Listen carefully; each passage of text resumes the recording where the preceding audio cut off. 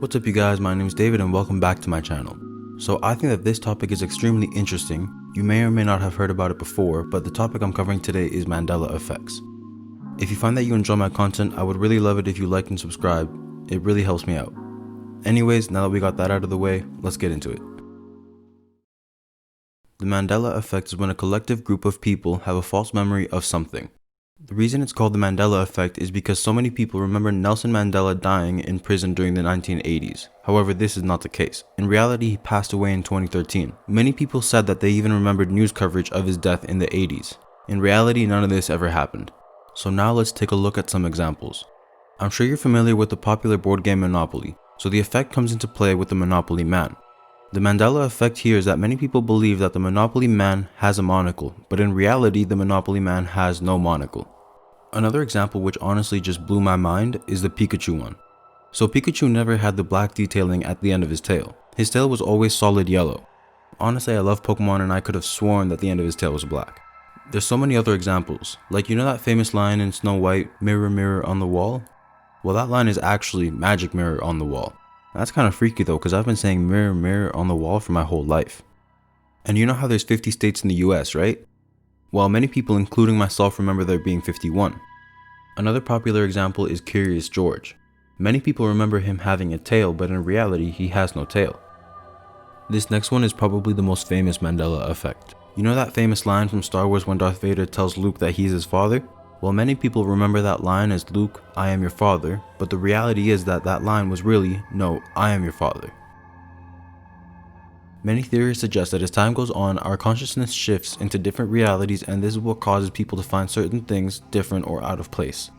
Many people also suggest that the CERN experiments might be related to this theory. CERN is a European organization for nuclear research, and in simple terms, they are using a particle accelerator to try to prove the existence of a multiverse.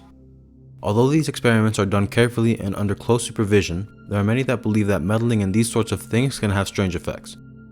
Another thing that could possibly tie into this theory is that the world really did end in 2012.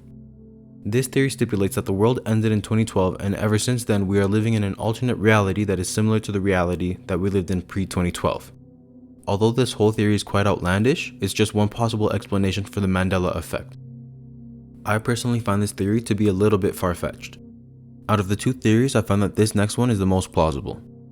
Instead of calling it the Mandela effect, doctors call it the misinformation effect because they believe that our memories change slightly over time. As time goes on, we experience a lot of misinformation which can change the way that we remember things. This is possible because it's human nature to believe someone on something if we didn't pay close attention to it. For example, the spelling of Febreze or Bernstein. Doctors believe that the Mandela effect is caused by confabulation, which is the process of filling mental gaps through misinformation. For example, the Mandela effect on the line, "Luke, I am your father," can be attributed to confabulation. The words "no" and "Luke" sound similar enough, and over 41 years, I'm not surprised it's changed. The internet also accelerates this theory because of how quickly information can spread on the internet. There was actually a study done on Twitter from 2006 to 2017 which found that a rumor spread by 3 million people would reach about 100,000 people, as opposed to the truth which would only reach 1,000. I find that this theory is the best at explaining changes in spelling and dialogue. These sorts of things can be easily explained by this theory. I personally find that Pikachu one can't be as easily explained by the second theory because it's such a visual thing. Maybe the truth behind the Mandela effect is a combination of both theories.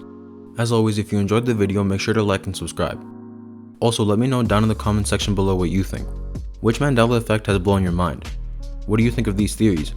Anyways, you guys, that's all for today. I hope you had fun, and I'll see you in the next one.